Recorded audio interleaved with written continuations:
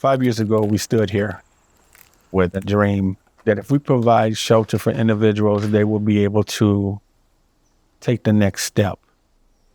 It didn't turn out the way we thought. City challenges, red tape, shut it down before it even began.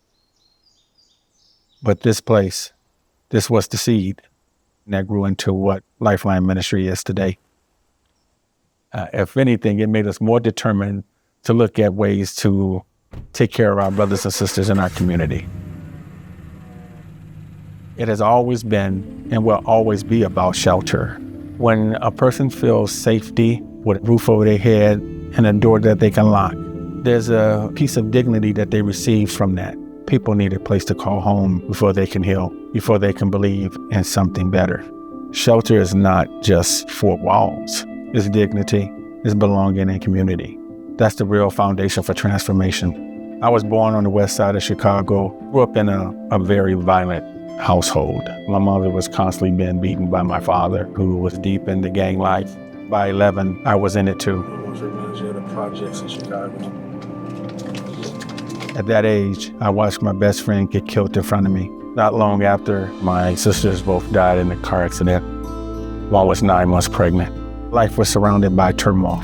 These housing units is known for prostitution. My father never taught me how to love or to take care of myself, only through violence. When trauma and loss meets life without a healthy community of people with an understanding of what's going on in that person's mind and heart, how can a person get out of that mindset of blaming themselves for something that they may not have physically did? And that's a reality for many people. For years, I carried anger and rage. I became dark. I hated everything. By 40, I was homeless. My wife didn't want anything to do with me anymore. I had nowhere to go. The loneliest feeling a person can have is when everyone that once loved you and cared for you all says, we don't have room for you. In that kind of darkness, it's easy to feel hopelessness. You just want to end it all. But somewhere in the middle of that darkness, I heard a voice telling me to go seek out this guy who every day wanted to tell me about Jesus. And when I did, I found something I didn't know I needed. It was community.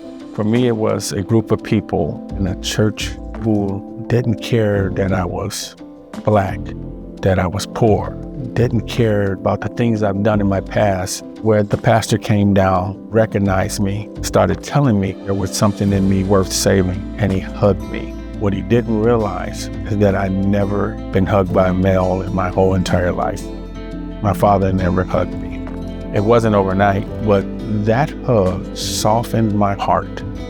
Back in 2008, I started Escape to pull kids out of gangs and into something better, not with judgment, but with love and respect. And today, Lifeline carries that same mission forward, meeting people where they're at and walking with them towards stability. Hi, Pastor Willie. Got some quarters for me?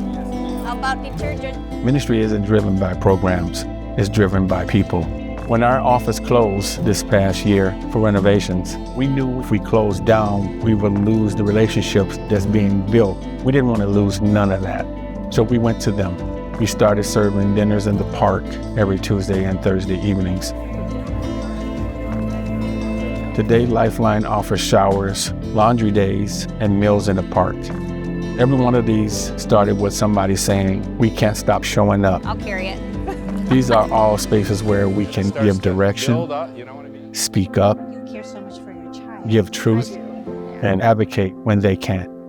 So you needed that tent, right? Yes, please. Okay. This might seem like simple things, but they bring dignity back. But the real gift is belonging. That's what our ministry is all about, and that's what our volunteers are doing.